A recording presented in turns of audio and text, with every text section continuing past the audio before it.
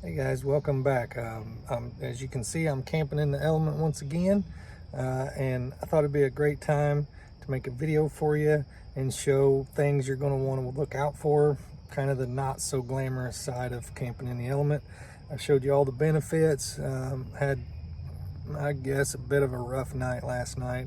I slept like a baby, but there was a storm and other things going on outside, and this morning it's just not so convenient. So I want to walk you around, show you through that, and give you tips of what you'll want to try to prevent if you get out and camp in an element. So let's get started.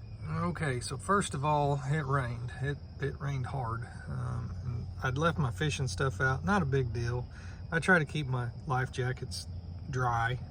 They're a little wet. And the sun, it was supposed to start early this morning, but now it's not going to be till noon. The forecast keeps changing constantly, so I'm gambling that I may not get any sun today to dry things out. If you notice, all this dirt has washed down on the concrete pad there by the picnic table, and it's all mud except for right on that end. So I moved my cooker this morning down to that end, and I've already eaten breakfast. I had bacon and eggs, so that's a good way to get started. Of course, my chair's wet. Here's the big problem. Let me walk you around here and show you.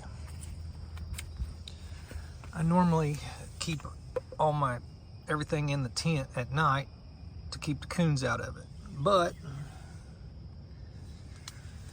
it doesn't necessarily stop the coons. They smelled something in there they wanted, and they got to it. That's what's left of about a 5-pound bag of sugar. I had flour.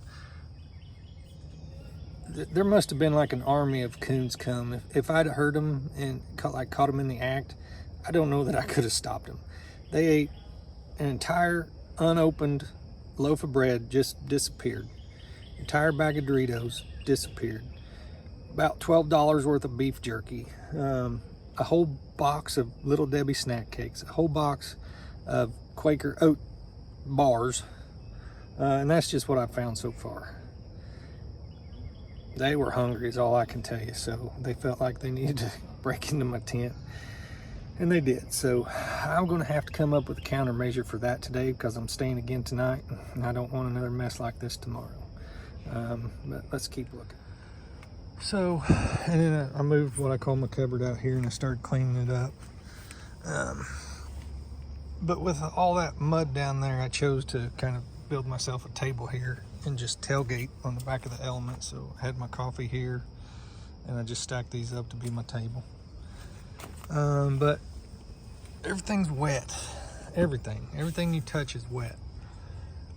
I think the coons were probably wet when they got in the tent, and they just scattered it with them everywhere. So I'm working on drying things out, but that's the biggest problem, is it's just wet. Another thing, notice over here. See, they got these poles so you can hang your trash up on them, and the coons aren't supposed to be able to get them, but that pole is too close to that tree.